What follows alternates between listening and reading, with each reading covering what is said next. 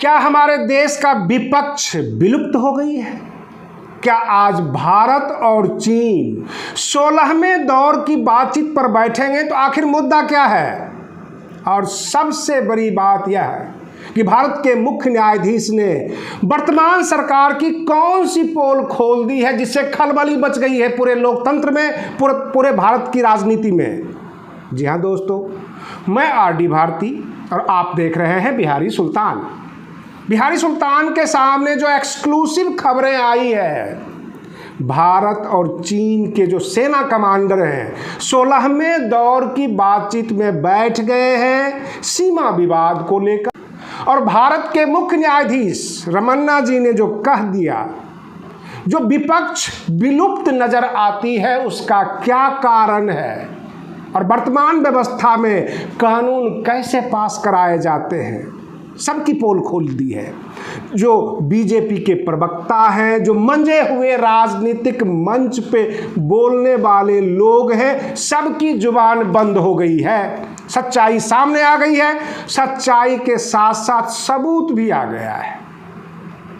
हमारे मुख्य न्यायाधीश ने कहा कि हमारी जो वर्तमान व्यवस्था है, जो लोकतंत्र में राजनीतिक विरोध धीरे धीरे दुश्मनी में बदलती जा रही है, विपक्ष को सत्ता पक्ष दुश्मन समझती है।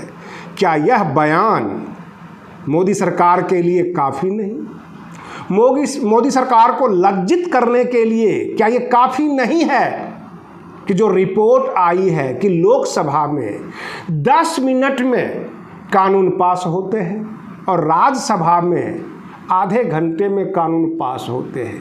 यह टिप्पणी आई है उस एजेंसी का जो विधायिका की जो है एक्टिविटीज़ को सर्वे करती है। और तो और, अगर आप एडवोकेट हैं पेशे से, कानून की थोड़ी बहुत जानकारी रखते हैं, तो आप जरूर समझ जाएंगे जो हमारे देश के मुख्य न्यायाधीश ने जो टीका टिप्पणी की है, जो सवाल किया है, सवाल यह है कि जो आप कानून बनाते हैं उसको आप एक्सपर्ट कमेटी के पास क्यों नहीं भेजते? लोगों से रेफरेंडम क्यों नहीं करते? उसमें procedure of trial, procedure of punishment, procedure of FIR registration, यह सब क्यों नहीं होता? कभी कभी तो जजेज मुंह देखने लगते हैं कि इस जो कानून में फंस कर आया है इसका करना क्या है। ये समस्या है।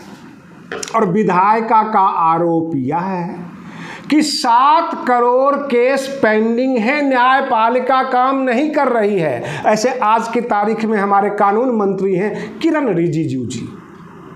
7 करोड़ केस पेंडिंग हैं और न्यायपालिका ये कह रही है कि न्यायाधीशों की नियुक्तियां नहीं हो रही है। जो हमारे सीट खाली हैं न्यायपालिका में, सरकार उसे नहीं भर रही है, तो काम कौन करेगा?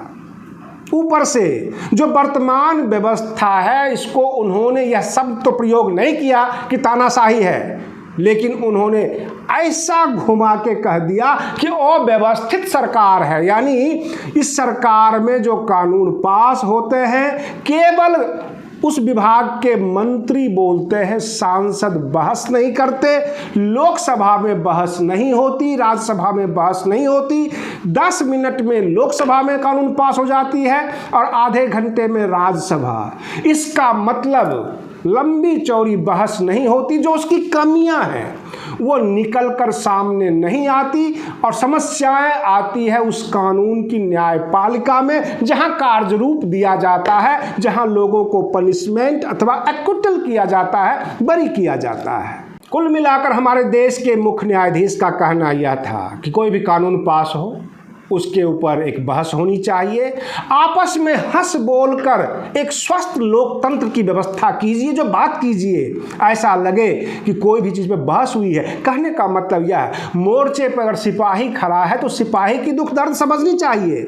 न्यायपालिका में एडवोकेट्स जो हैं और जो वहाँ पे कार्यरत लोग हैं उनकी भी दर्द समझनी चाहिए। सरकार अपने आप में मनमानी कर रही है, किसी की नहीं सुन रही है।